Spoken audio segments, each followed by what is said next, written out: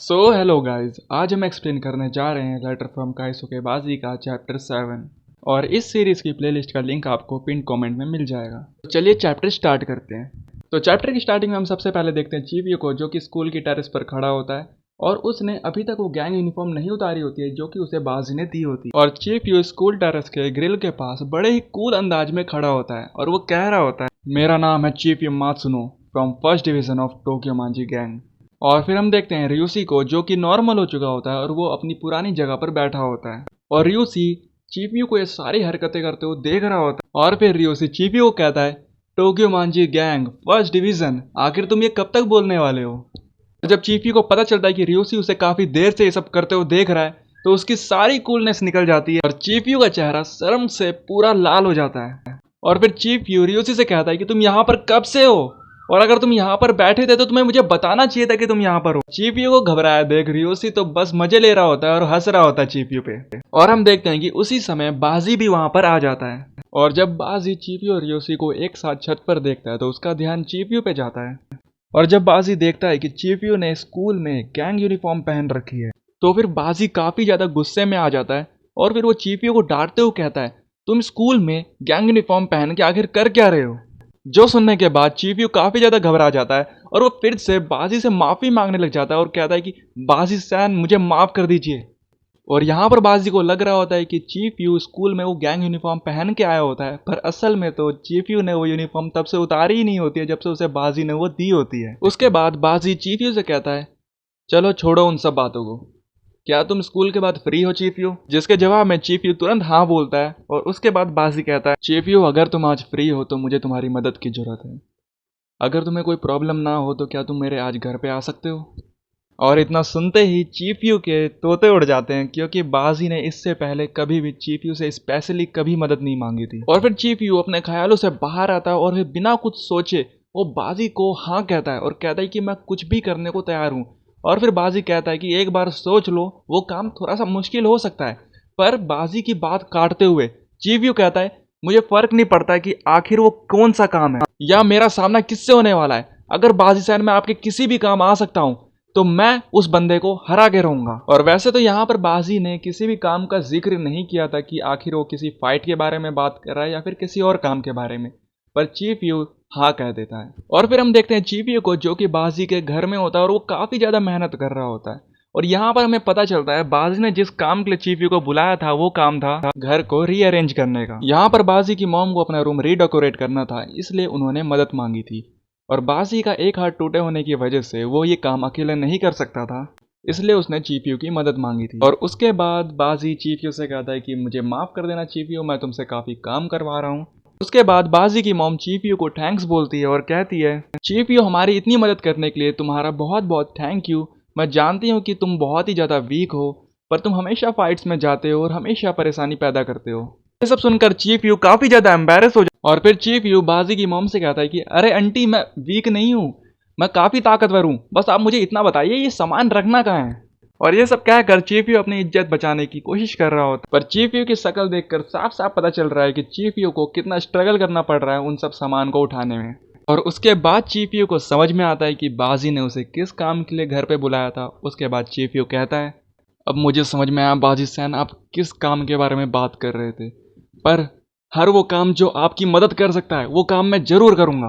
और उसके बाद चीफयू सारे काम करने में लग जाता है और उसी वक्त वहां पर बाजी की मॉम आती है और वो मांगा पढ़ते हुए कहती हैं, चीफयू मैं क्या कह रही थी, जब तुम वो काम खत्म कर लो तो प्लीज लिविंग रूम में जो सोफा रखा है उसको भी फिक्स कर देना। जिसके जवाब में चीफयू कहता है, ओके आंटी मैं उसको भी कर दूंगा। तो फिर हमें रूम से बाजी के चिल्लाने की आवाज आती है, जिसमें बाजी चिल्लाते हुए अपनी मॉम से कह रहा होता है कि आपने मेरी सारी मांगा इधर क्यों रख रखी है। और जब चीफयू वो सारी मांगा देखता है तो वो बाजी से कहता है, क्या मैं वो सब ले जाऊं। जो सुनकर बाजी की मॉम काफी ज्यादा गुस्से में आ जाती है और वो बाजी को चिल्लाते हुए बोलती है, काइसुके मैं अभी भी उनको पढ़ रही हूँ। जिसके बाद चीफयू कहता है, अरे आंटी आप चिंता मत करो, मैं उनको नहीं ले जा रहा, आप बस इतना बताइए कि मैं उन्हें कहाँ रख दूं। और यहाँ से चीफयू को कोई भी मांगा नहीं मिलती। और उसके बाद हम देखते हैं कि चीफयू को काफ़ी सारे काम दिए होते हैं, जिसमें सबसे पहले चीफयू को बाजी की मॉम कन्वीनियंस स्टोर भेजती है गार्बेज बैग लेने के लिए। और उसके बाद चीफयू को बाजी की मॉम रिक्वेस्ट करती है कि वो एक पारफेट भी ले आए स्वीट सेक्शन से। पारफेट मीन्स स्ट्रॉबेरी केक टाइप। और यार यहाँ पर चीपियो एक भी काम के लिए मना नहीं करता, वो एक के बाद एक सारे काम करता है ताकि वो बाजी को इम्प्रेस कर सके या खुश कर सके। फिर हम फाइनली बाजी के मॉम का रूम देखते हैं जो काफ़ी ज़्यादा साफ दिख रहा होता है और पूरी तरह से अरेंज हो चुका होता है। और उसके बाद हम चीपियो को देखते हैं जो काफ़ी थक चुका होता है और वो हाँफते हुए कह रहा होता है कि फाइनली काम खत्म हुआ। और फिर यार हमारा चीपियो चैन की सांस ले ही रहा होता है कि उतने में बाजी की मॉम कुछ ऐसा बोलते हैं कि चीपियो की जो चैन की सांस होती है वो उसके गले में ही अटक जाती है। वो कहती है, अरे नहीं, हमने इसे गलत अरेंज कर दिया है, हमें ये सब दोबारा करना होगा। और ये सुनकर चीपियो के चेहरे का रंग उड़ जाता है। यहाँ पर पता नहीं पर शायद बाजी की मॉम कोई वास्तु शास्त्र की किताब पढ़ रही थी और उसी के हिसाब से चीजें अरेंज करवा रही थी। और वो कहती है मैं गलत पेज पढ़ रही थी इसलिए सारी चीजें गलत हैं।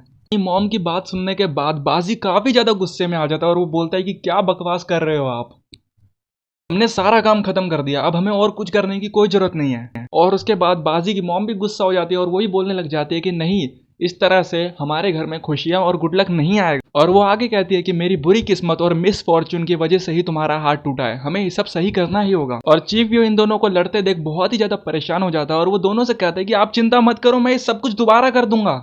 और उसके फौरन बाद चीफ व्यू को एक काफी डीप थॉट हिट करता है, जो क्वेश्चन आप सब ने भी एक बार जरूर सोचा होगा। चीफ व्यू उसी दिन के बारे में सोचने लग जाता है जिस दिन बाजी ने उससे मदद मांगी थी। और चीफ व्यू कहता है उस दिन वहाँ पर रियोसी भी प्रेजेंट था, पर बाजी सैन ने सिर्फ मुझसे ही क्यों कहा घर की मदद करने के लिए, कहीं ऐसा तो नहीं बाजी सैन के लिए मैं सिर्फ एक फ्री का नौकर हूँ।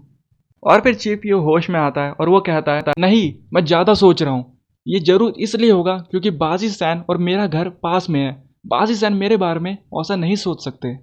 और चीफ यू इतना कहने के बाद सारी चीजें रीअरेंज करना दोबारा से स्टार्ट कर देता है। वैसे तो चीफ यू इतने सारे काम करने के बाद थक चुका था, पर उसके बाद भी वो एक अलमीरा को उठाने की कोशिश कर रहा होता है जो वो उससे नहीं उठ रही होती है और वो अंत में हार मान के गिर जाता है। और फिर वहाँ अचानक से बाजी आ जाता है और वो चीफ यू से कहता है चीफ यू क्या हुआ, क्या तुम थक चुके हो? वैसे मुझे लगता है तुमने आज काफ़ी मेहनत की है। और इतना कह के बाजी अपने एक ही हाथ से उस अलमीरा को उठाने लग जाता है। और बाजी को ये सब करता देख चीफ यू काफ़ी ज़्यादा परेशान हो जाता है क्योंकि बाजी का एक हाथ फ्रैक्चर होता है। और चीफ यू बाजी को कहता है कि बाजी सैन आपको ये सब करने की कोई ज़रूरत नहीं है, मैं थका नहीं हूँ, मैं बस इसे अकेले उठा नहीं पा रहा था। देखते हैं कि बाजी ने उस पूरी अलमारी को अपने एक हाथ से उठा लिया होता है और वो चीफ यू कहता है चीफ यू अब तुम आराम कर सकते हो। अगर चीफ यू कुछ नहीं कह पाता, वो तो बहुत ही ज़्यादा सरप्राइज हो जाता है बाजी को इस कंडीशन में भी उस अलमारी को इतने आसानी से उठाते देख। और जब बाजी उस अलमीरा को उसकी जगह पे रख देता है तो फाइनली चीफ यू अपना क्वेश्चन पूछता है, वही क्वेश्चन जो चीफ यू को काफ़ी देर से परेशान कर रहा होता है। वो बाजी से कहता है बाजी सैन आखिर मैं आपके लिए क्या हूँ? जिसके बाद बाजी कोई जवाब नहीं देता, या तो उसने उस क्वेश्चन को सुना नहीं या फिर उस बात का वो जवाब नहीं देना चाहता था। और उसके बाद हम देखते हैं फाइनली घर का सारा काम खत्म हो चुका होता है और फिर बाजी और बाजी की मॉम कह रहे होते हैं चलो अब कुछ खाते हैं। और फिर हम देखते हैं कि तीनों रूम में बैठे होते हैं और कुछ खाने के लिए बन रहा होता है। और उसके बाद बाजी की मॉम चीफ यू की हेल्प को अप्रिशिएट करती है या फिर उसकी हेल्प के लिए थैंक्स बोलती है उसको और कहती हैं चीफ यू आज तुमने हमारी काफ़ी मदद की है, तुमको जो खाना है तुम खा सकते हो, शर्माने की कोई भी जरूरत नहीं है। जिसके रिस्पॉन्स में चीफ यू कहता है कि हाँ बिल्कुल। पर हम देखते हैं चीफ यू ने तो ऑलरेडी ही खाना खाना स्टार्ट कर चुका होता है और उसके बाद बाजी चीफ यू से कहता है कि हे चीफ यू तुम्हें इसके बारे में क्या लगता है? और फिर चीफ यू कहता है किस बारे में? और फिर हम देखते हैं कि बाजी किसी टीवी शो के बारे में बात कर रहा था। यहाँ पर मतलब ये टीवी शो ना हमारे सीआईडी जैसा है, तो ये कुछ ऐसा ही देख रहे हैं। ठीक है, तो बाजी जो है आगे कहता है कि जो लड़की है इस आदमी की वाइफ यही पक्का कल्प्रिट है, यही मर्डरर है। और उसके बाद चीफ यू कहता है तो आपको ये सारी चीज़ें बहुत पसंद है, अब मुझे समझ में आया आपको किस तरह की चीज़ें पसंद है। जिसके बाद चीफ यू आगे कहता है कि मैं इन तरह की चीज़ों में काफ़ी ज़्यादा स्मार्ट हूँ और मुझे लगता है कि किलर ये हो सकता है। बाजी चीफ यू कहता है कि तुम एक नंबर के गधे हो, तुम्हें इस तरह की चीज़ों में अपना म्यूज़िक इस्तेमाल करना चाहिए। जो सुनकर चीफ यू कुछ समझ नहीं पाता, वो कहता है कि म्यूज़िक, इस तरह की चीज़ों में म्यूज़िक का क्या काम? उसके बाद चीफ यू कहता है अच्छा तो आप लॉजिक की बात कर रहे हो। फिर बाजी कहता है कि हाँ हाँ वही वही।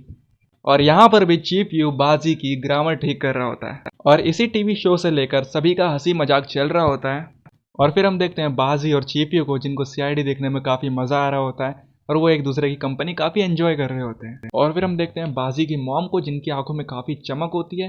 तो शायद हो सकता है कि बाजी को इतना खुश देख के वो भी काफ़ी खुश हो, या फिर ये भी हो सकता है वो टीवी सीरियल देख रही हो।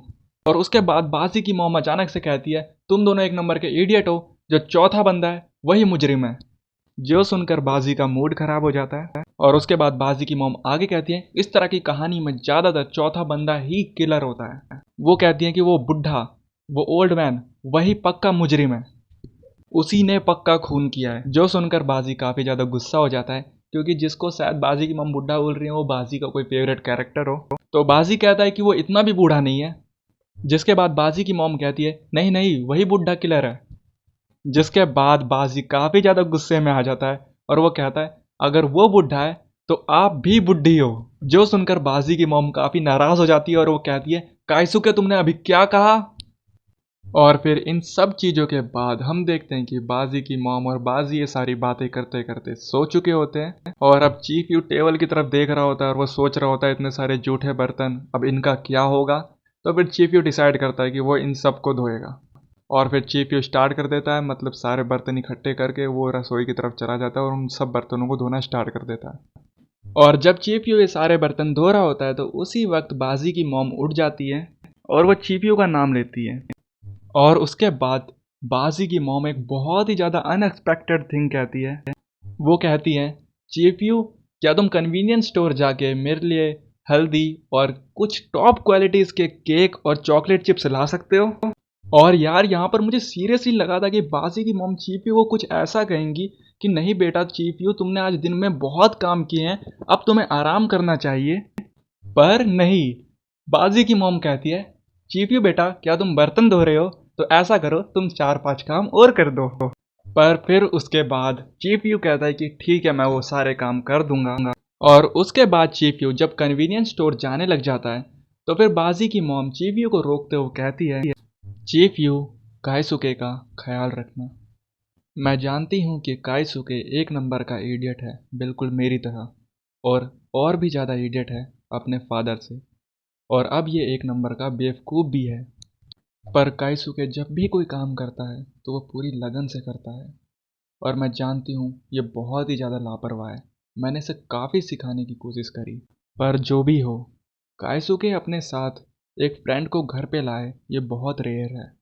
और मैंने आज पहली बार काइसुके को अपने दोस्तों के साथ हंसते हुए देखा। चीफ यू, मुझे लगता है काइसुके के लिए तुम उसके छोटे भाई की तरह हो। और यहाँ पर हमें हमारा जवाब मिल चुका है और चीफ यू को भी उसका जवाब मिल चुका है कि आखिर बाजी के लिए चीफ यू कितनी इम्पोर्टेंस रखता है। तो बाजी चीफ यू को अपने छोटे भाई की तरह समझता है। और उस समय टीवी देखते वक्त बाजी की मॉम बाजी को ही देख रही थी, वो सीरियल नहीं देख रही थी। और उसके बाद बाजी की मॉम आगे कहती हैं, मैं उम्मीद करती हूँ कि काइसुके बाहर अपना ज़्यादा मजाक नहीं बनवाएगा। चीफ यू इस पर नज़र रखना। जिसके बाद चीफ यू वहाँ से हाँ कह के निकल जाता है। उसके बाद हम देखते हैं कि चीफ यू जा ही रहा होता है कि पीछे से उसे कोई आवाज़ देता है। और फिर हम देखते हैं वो बाजी होता है जो कह रहा होता है कि चीफ यू मैं भी तुम्हारे साथ आ रहा हूँ। और फिर हम अगले सीन में देखते हैं कि बाजी और चीफ यू ने शॉपिंग कर ली होती है उस कन्वीनियंस स्टोर से। और फिर हम देखते हैं कि बाजी कहता है, मुझे माफ़ कर देना, मैंने तुमसे कहा था कि मुझे अपनी इंजरी या फिर अपनी मॉम के फॉर्चून के बारे में परवाह नहीं है। पर और बाजी के इतने बोलते ही चीफ यू कहता है, नहीं कोई बात नहीं, मेरे लिए सब ठीक था। वैसे भी मुझे तुम्हारी मॉम से एक अप्रूवल मिल चुका है कि मैं तुम्हारे छोटे भाई की तरह हूँ। उसके बाद हम देखते हैं चीफ यू को जो कि काफ़ी खुश दिख रहा होता है, पर बाजी कुछ समझ नहीं पा रहा होता आखिर चीफ यू किस बारे में बात कर रहा है, या फिर वो जानबूझ के समझना नहीं चाह रहा होता। जिसके बाद बाजी कहता है, आखिर तुम किस बारे में बात कर रहे हो। जिसके बाद चीफ यू कहता है, बाजी सर आज जितने भी काम हो रहे थे उन सब में मैं ये भूल ही गया था कि मुझे जो काम करना है वो है आपको फॉलो करना। तो बस इसलिए मैं हर चीज़ करूँगा, चाहे वो घर के जूठे बर्तन ही क्यों ना हो, ताकि मैं आपकी साइड रह सकूँ। जिसके बाद बाजी पीछे घूमता है। उसके बाद वो चीफ यू कहता है, बेवकूफ़ तुम्हें मुझे ये सब दोबारा बताने की ज़रूरत नहीं है। जिसके बाद चीफ यू भी खुश होते कहता है हाँ, और बाजी भी खुश हो जाता है। और इस हैप्पी एंडिंग के साथ ये चैप्टर यहीं पर एंड होता है। और अगर आपको वीडियो अच्छी लगी हो तो लाइक कर देना, चैनल पर नए हो तो सब्सक्राइब कर देना। अब मैं मिलता हूँ आपसे नेक्स्ट चैप्टर में, तब तक के लिए बाय।